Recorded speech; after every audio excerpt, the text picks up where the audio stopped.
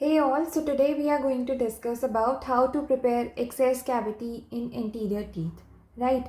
So as we have read earlier, we are supposed to follow all the guidelines for excess cavity preparation. We are supposed to take radiographs, right?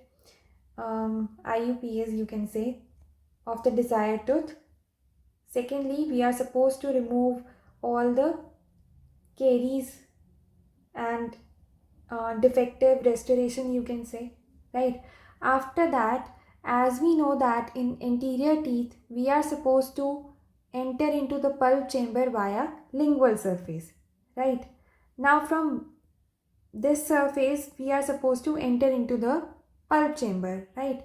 So we are supposed to preserve the cingulum portion of the tooth. That's why we start preparing the anterior tooth from the center of the lingual surface. So this is the location where or through which we should enter into the pulp chamber, right? So suppose this is the lingual surface of the tooth and this is the initiating or the starting point for excess cavity preparation. So firstly we have to take a round burr and we have to place it perpendicular to the surface, perpendicular to the lingual surface of the anterior tooth, right? Perpendicular to the lingual surface, right? Once enamel is penetrated, burr is directed parallel to the long axis of the tooth. Firstly, we have to place it perpendicular, then we have to place it parallel to the long axis of the tooth as we have entered into the pulp chamber, right? We will feel a drop-in effect as soon as we have entered into the pulp chamber, right? So after penetrating into the pulp chamber, we are supposed to remove all the chamber roof, right, via round burr only, right? This is done to remove all the obstruction of enamel and dentine overhangs, etc., etc., and remove all the debris or tissues or other material which is present over there, right? So suppose this is the labial surface, right, and this is the lingual surface. So firstly we have to place the round burr, right, at the center of the lingual surface, right, and it should be directed perpendicular. So the round burr should be placed like this firstly, right. As soon as we have entered into the enamel, right, the burr is directed parallel to the, so this position is the parallel to the tooth surface, right. After entering into the enamel portion, right, so the burr is directed parallel to the tooth surface. Firstly it is perpendicularly placed, after that parallel, right. So till now we have entered into the pulp chamber. We have removed the chamber roof also.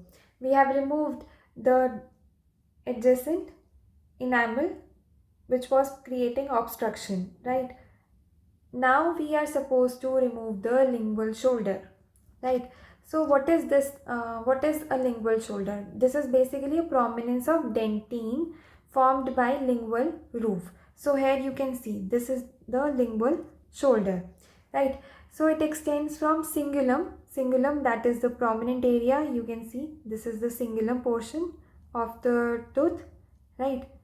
It extends from the cingulum to 2 mm apical to the canal orifice. So this portion is basically the lingual shoulder which we are supposed to remove after preparing or after entering into the pulp chamber, right. Now as we have entered into the pulp chamber, right, and this portion is the lingual shoulder as we know that, right. So our main aim of excess cavity preparation is to have a straight line, or you can say a direct line excess, right. So if we have not removed this lingual shoulder, we will not be able to have a straight line excess, right. So any instrument which we are supposed to take it inside the the pulp chamber or the inside the root canal will have a sharp bend over here, right? The file will be directed like this. So it will cause iatrogenic errors, right? Such as perforation, ledging, etc. So we are supposed to remove this lingual shoulder, right? So as to have a straight line access. So now basically we have removed that lingual shoulder and therefore we will be having a straight line access into the canal or a direct line access, right? By removing this curvy portion of the dentine basically, right? Now as we have read all about the procedure of excess cavity preparation in anterior teeth in general, now we are going to discuss about the outline form of excess cavity in maxillary and mandibular anteriors, you can say, right? So firstly the maxillary incisors. So the outline form of excess cavity of maxillary central incisor is basically a rounded triangular shape. So this is, you can say, or you can see a rounded triangular shape, right, with base facing incisal surface. So incisal, so this is basically the base of the um, excess cavity, which is facing the incisal aspect of the tooth, right? So width of the base depends upon the distance between the mesial and distal pulp horns. As we know that there are two pulp horns, that is mesial and distal. So the width of the base depends upon the distance between these pulp horns, right? Now the next one is maxillary lateral incisors, which is basically similar to maxillary central incisors, except that it is smaller in size. When pulp horns are present, it is similar to that. That is, there would be a rounded triangular shape of the outline form, right, of excess cavity. But if pulp horns are missing, the shape would be oval, right? So rounded triangular, or you can say oval outline form can also be there in maxillary lateral incisors, right? Now the maxillary canine. So the outline form of maxillary canine is basically oval in shape. So this is basically oval shape outline form in maxillary canines, right? So the canines do not have pulp horns basically. So excess cavity is basically oval in shape with greater diameter labio palatally, right? So the greater dimension or diameter will be present labiopalatally in maxillary canines. Now the mandibular incisors.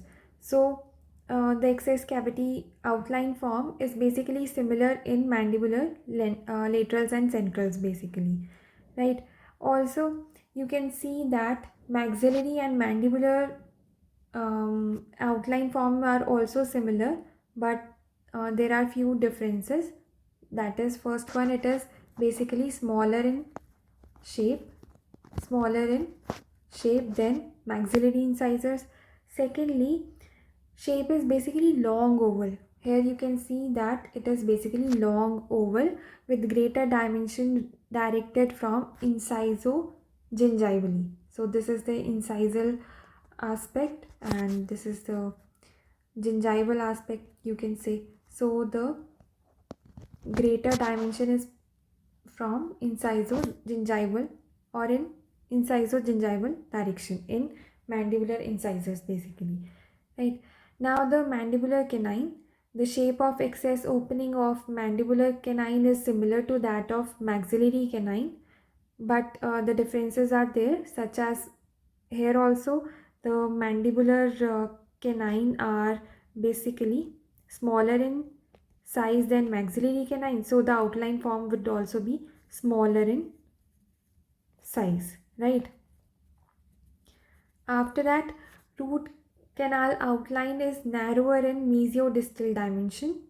Also, one important point is mandibular canine generally have two canals present, right? So in mandibular canal, you have to locate two canals, right?